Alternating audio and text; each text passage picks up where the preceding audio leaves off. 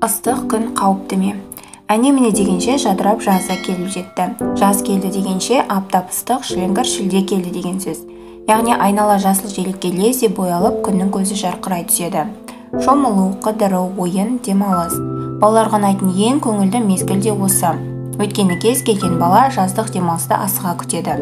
Дегенмен еліміздің бір қатар өңірлерінде аптап ыстық басталып үлгерді. Тіпті шілденің шіліңгір ыстығынан кем болмай тұр. Бұл күндері тұрғындар ыстық, қапырықтан қалай қорғанып жүр? Аптап ыстықта жүру қаншалықты зиянды? Бұл жөнінде дәрігерлердің кеңесі қандай? Ыстық күн қауіпті ме? Бүгінгі мақаламызда осы сұрақтар төңірегінде толығырақ тарқататын боламыз. Жаз мезгілінің алғашқы күндерінде күн райы 40 градустан жоғары. Дәрігер мамандардың айтуы бойынша күн көзінде көп жүрсеңіз немесе қапырық ауада қалып қойсаңыз күн өтуі ықтимал. Бұл әсіресе ыстыққа төзімсіз адамдарда жиі орын алады.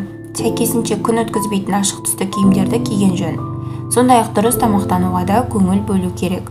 Өйткені дәрігердің кеңесі бойынша мұндай ауа райында тамақтану өте маңызды. Әсіресе жеміс-жидектер, көкөністер, сүт тағамдарын тұтынған жөн. Керісінше ет тағамдарынан бас тарту керек екендігін айтады.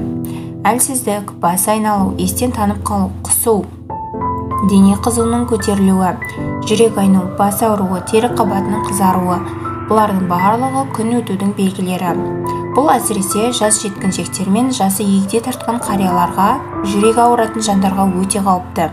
Сондықтан ұзақ уақыт күн астында қалып қоюдан сақтану керек. Көбірек су пайдаланып, ішімдіктен аулақ болған жөн. Тағы да айта кететін жайт, күн астында ұйықтап қалмау керек.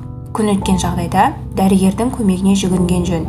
Өйткені оған дәрігерлердің кеңесі міндетті түрде қажет болады.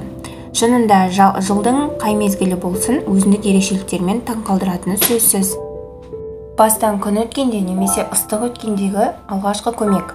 Бастан күн өткенде немесе ыстық өткенде ең алдымен науқасқа күн немесе ыстық әсер етпеуін қамтамасыз ету керек. Егер адам бөлме ішінде өзін жайсыз сезінсе, таза ауаға шығарыңыз. Егер далада болса, науқасты көлеңкеге апарыңыз, немесе ауа кіріп тұратын салқын бөлмеге кіргізіңіз. Оны жатқызып, жағасын шешіңіз немесе үстіңгі киімін шешіңіз. Науқастың үстіне салқын суға дымқылданған матаны жабыңыз, маңдайы мен желкесіне дымқыл орамал немесе мұз салынған пакетті қойыңыз. Бөлме температурасындағы сумен ысқылау, желпу жақсы көмектеседі. Бастан күн өткенде немесе ыстық өткенде кофеинсіз және ішімдік емес салқын суық емес су беру қажет. Дәрі-дәрмекті тек дәрігердің нұсқаулығымен ішкен жөн. Егер ересек адам қалтырап жатса, ал қолы мен аяқтары суық болса, спирт пен сірке суымен олардың әрқайсысын сумен араластырып алу керек. Тері бүгілетін жерлерін, тізе асты, шап арасын, қолтықтың астын ысқылау қажет. Балаларды спирт және сірке суымен ысқылауға болмайды, бұл ең маңыздысы. Егер науқас есінен танып қалса, мұсатырлы спирт иіскетіңіз, немесе бетіне суық су шашыңыз. Есін жинамаған жағдайда дереу жедел жәрдем шақырыңыз, немесе ауруханаға жеткізіңіз.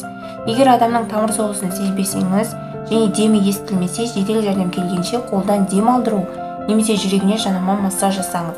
Бала, жасөспірім немесе жүрек қан тамырларымен ауыратын адамның басын күн өтсе немесе ыстық өтсе дәрігер шақыру міндетті.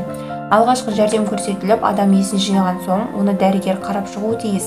Бәлкім оған бірнеше күн үйде жату керек болады.